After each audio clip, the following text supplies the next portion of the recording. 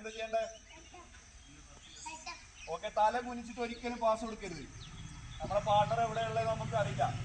ചിലപ്പോൾ കളി മാച്ചിലാകുമ്പോൾ ഞാൻ ചിലപ്പോൾ മൂവ് ചെയ്യും. എനിക്കൊരു സ്ഥലത്ത് തന്നെ നിൽക്കാൻ പറ്റുമോ? ഞാൻ ചിലപ്പോൾ മൂവ് ചെയ്യും. ചിലപ്പോൾ നമ്മൾ പാസ് കൊടുക്കുന്നതിന് മുന്നേ ബോൾ റിസീവ് ചെയ്യേണ്ടതും ഇൻസൈഡ് പോട്ട്. പിന്നെ നമുക്ക് വേണമെങ്കിൽ സ്റ്റെഡിലായിട്ട് പാസ് റിസീവ് ചെയ്യാം. ഇങ്ങനെ സ്റ്റോപ്പ് ചെയ്യണ കണ്ടുണ്ടോ? ഇങ്ങനെ സ്റ്റോപ്പ് ചെയ്യണം, ഔട്ട് സൈഡ് ആയിട്ട് ബോൾ റിസീവ് ചെയ്യാം. പക്ഷേ അത് നിങ്ങൾ പഠിക്കാനായിട്ടില്ല. ഓക്കെ, നിങ്ങൾ ആദ്യം ബേസിക്സ് പഠിക്കുക. ഇങ്ങനെ ബോൾ പാസ് ചെയ്യുന്നതിന് ഒരു മിസ്റ്റേക്കും ഇല്ല. ഇങ്ങനെ ബോൾ പാസ് ചെയ്യുന്നതിന് ഒരു മിസ്റ്റേക്കും ഇല്ല. പക്ഷേ നമ്മൾ ഫസ്റ്റ് എന്താ പഠിക്കുക? ABCD പഠിച്ചാലേ നമുക്ക് എഴുതാൻ അറിയുള്ളൂ. അത് ഡയറക്റ്റ് ആരും എഴുതുമോ?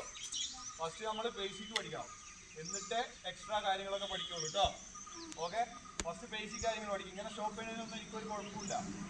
നിങ്ങൾക്കിപ്പോൾ പറഞ്ഞു തരുന്ന കാര്യങ്ങൾ പഠിച്ചിട്ട് അതിൽ കുറച്ച് ബേസിക് കാര്യങ്ങൾ നമ്മൾ എപ്പോഴും ഓർത്ത് വെക്കണം.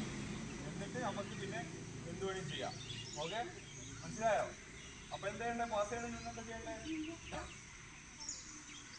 അബ്ബോ പാസ് ചെയ്യുന്നതിന് എന്താ ചെയ്യണ്ടേ? പാസ് ചെയ്യുന്നതിന് മുന്നേ നമ്മളെന്താ ചെയ്യണ്ടേ? ബിഫോർ പാസിങ് എന്താ ചെയ്യാൻ പറഞ്ഞേ? ചെയ്യാൻ പറഞ്ഞോട്ട് എന്താ ചെയ്യണ്ടേ? ഓക്കെ, മനസ്സിലായല്ലോ? ഓക്കെ, സ്റ്റാർട്ട് ചെയ്തോ.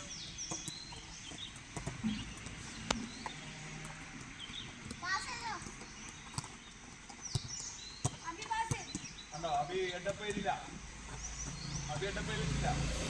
മാണിക്ക പാട്ട് നിന്റെ പാട്ടർ എവിടെയുള്ള പാട്ട്?